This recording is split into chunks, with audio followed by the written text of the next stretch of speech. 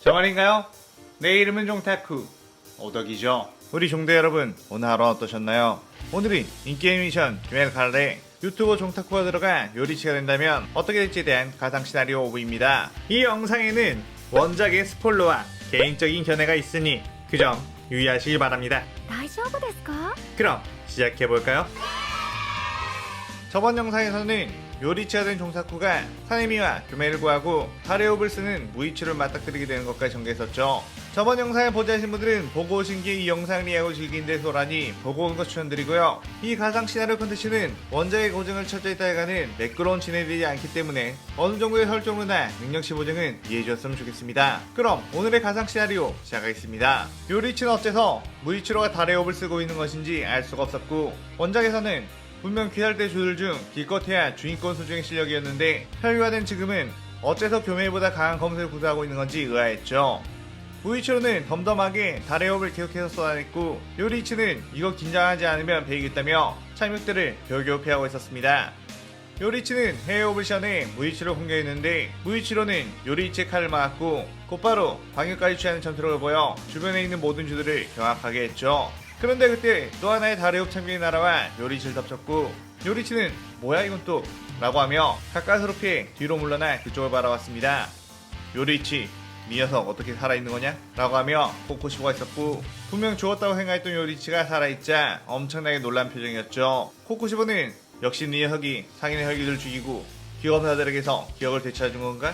네 녀석의 특별함이라면 충분히 그럴 수도 있었겠지. 하지만 이 세상에 특별함을 가진 녀석이 너와 있는 것은 아니다. 라고 하며 무이치로 옆으로 쓱 갔습니다. 코코시보는 무이치로가 자신의 자손이라는 것을 알자 혈기로 만든 후 상황을 지켜봤는데, 무이치로는 혈기가 되자 잠재되어 있던 요리치, 코코시보의 유전자가 폭발하듯이 깨어났고 곧바로 내비친 세계에 반점 혁도를 익혀버리는 사이켈이 되었죠. 그의 코코시보는 무이치로에게 자신의 호흡인 다레옵을 전수해줬고 다레옵이 세계 최강의 검술이 되었다며 만족했었습니다.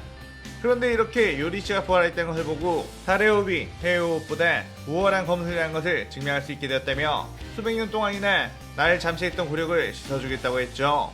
요리치는 그에 씩 웃으며 그래, 뭐 이 정도는 되어야지 싸울 맛이 조금이라도 나지. 둘 다 한꺼번에 덤벼봐라 라고 했습니다. 코코심은 그의 이를 부득 깔며 그대로 다레옵을 시연해 덤벼들었고, 무이치로 역시 빠르게 뛰어가 요리치를 공격했죠. 요리치는 해외호흡을 시연하며 그대로 맞받아쳤는데 아무래도 다레옵의 여러 개의 참격, 심지어 두 명의 검사가 퍼붓다 보니 생각보다 더 빡센 상황이었습니다. 하지만 해외호흡을 시연해 좀 더 속도를 올리다 보니 충분히 맞받아칠만 했고, 요리치는 어이 코코시보, 수백 년 동안 갈고 닦은 검술이 이 정도밖에 안 되나? 그동안 너무 게으르게 수련한 건지 아니면 재능이 없는 건지, 설마 게으르면서 재능도 없는 거야? 라며 조롱했죠. 그래야 코코시보는 엄청나게 열이 받아 요리치에 다가가 무리한 동작을 시전했는데 요리치는 그 틈을 타 코코시보를 베어버렸고, 너는 참 멘탈이 약한 게 이런 도발에는 잘 당한단 말이지? 라고 했습니다. 코코시보는 그의 너 요리치가 아니구나, 도대체 넌 누구냐? 라고 했죠. 코코시보는 지금까지 항상 요리치의 망령 속에서 살아왔기에 요리치의 말투나 행동 패턴을 전부 기억하고 있었는데 도무지 이 요리치는 생전에 그가 할 만한 말투나 행동이 아니라는 것을 알았습니다. 요리치는 꼴의 쌍둥이형이라고 동생의 인격이 달라진 거 알아챘구나 라고 하며 다시금 몰아쳤는데, 코코시보에게 치명상을 입히려고 할 때마다 무이치로가 끼어들어 그의 칼을 막았죠. 요리치는 그거 참 귀찮게 한다며 자꾸 이러면 네 조상님께서 화를 낼 수도 있다고 했습니다. 하지만 무이치로는 당신이 내 조상이든 뭐든 신경 쓰지 않는다며 그대로 공격했고, 요리치는 순간적으로 눈을 번뜩이며 일륜도를 꺼내 무이치로의 팔목을 그대로 날려버렸죠. 무이치로는 난생 처음으로 혁도에 당하자 엄청난 고통이 밀려왔고, 코코시보는 드디어 진짜로 해볼 마음이 생긴 거냐며 덤벼들었는데 요리치는 눈 깜짝할 사이에 코코시보의 몸을 베어버렸습니다. 코코시보는 그의 전혀 공격이 보이지 않았다 라며 당황했는데 요리치는 좀 놀아주니까 진짜로 해볼 만한 줄 아네? 라고 하며 그대로 코코시보 몸 곳곳을 베어버렸죠. 그의 코코시보는 내 검의 경지는 분명히 극한에 다다랐는데 어째서? 라며 고통에 부들거렸고, 요리치는 생각해봐, 너 내가 완전 다 죽어간 노인의 몸이었을 때도 발렸잖아. 지금처럼 전성기 시절의 몸 상태의 나에게 상대가 될 거라 생각했나? 너무 오래 살다 보니까 뇌가 굳어버린 거 아니야? 라고 했습니다. 그러다가 아니지, 무이치로한테 다레옵을 전수해서 살짝 긴장하게 만든 건 칭찬해주마 라고 하며 해외호흡 참격을 날렸고, 그 참경은 코쿠시오의 목을 향해 날아갔죠. 그때 무이치로가 그 참경을 막아냈고 요리치는 슬슬 열이 받아 이러다가 너는 기억 못 찾고 죽는다?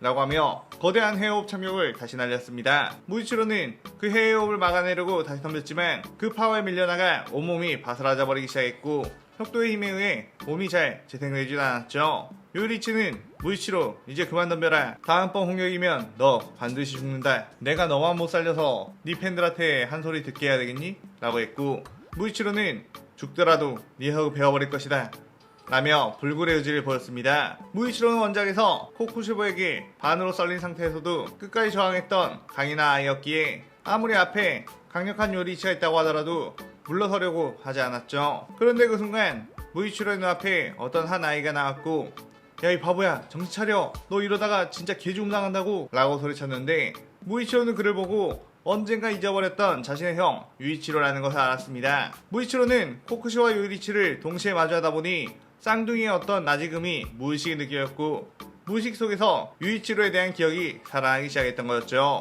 유이치로는 너는 혈귀가 되기 위해 검사가 되고 싶었던 게 아니었다며 인간들을 도와주는 검사가 되고 싶다고 했던 거 기억 안 나냐고 했고 무이치로는 그제서야 정신이 돌아오기 시작했습니다. 그의 무이치로는 자신이 지금 무장의 편에 서서 뭘 하고 있었냐며 달의 호흡을 거두었고 요리치는 그대로 빠르게 무이치로 옆에 다가와 잘 생각했다 라고 하며 타마의 부적을 부셨죠. 그의 코쿠시보는 자신의 달의 호흡이 어째서 또 이렇게 무너진 거냐며 이성을 잃고 복주하기 시작했는데 요리치는 코쿠시보가 괴물의 모습으로 전부 다 변하기 전에 그대로 뛰어가 해외호흡으로 갈기갈기 베어버렸습니다. 코쿠시보 변신 같은 거 하지 마라. 겁나 추하니까. 마지막 차비로 검사인 채로 죽여줄게 라고 했죠. 그의 코쿠시보는 소멸하며 너 요리치가 되어보니 기분이 어떠느냐 라고 물었고 요리치 속 종타쿠는 솔직히 개꿀 신이 된 것만 같아 라고 했습니다. 코쿠시보는 부럽다 라고 하며 사라졌죠.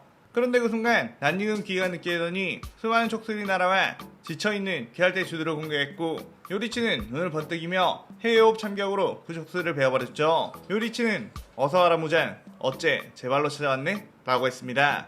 무잔은 어쩐지 코쿠시보가 당하더라니 네 혁에 지셨구나 라고 했죠. 요리치는 무잔에게 그런데 너 나 보고도 안 쫄리냐? 보자마자 오줌 지릴 줄 알았는데? 라고 했습니다.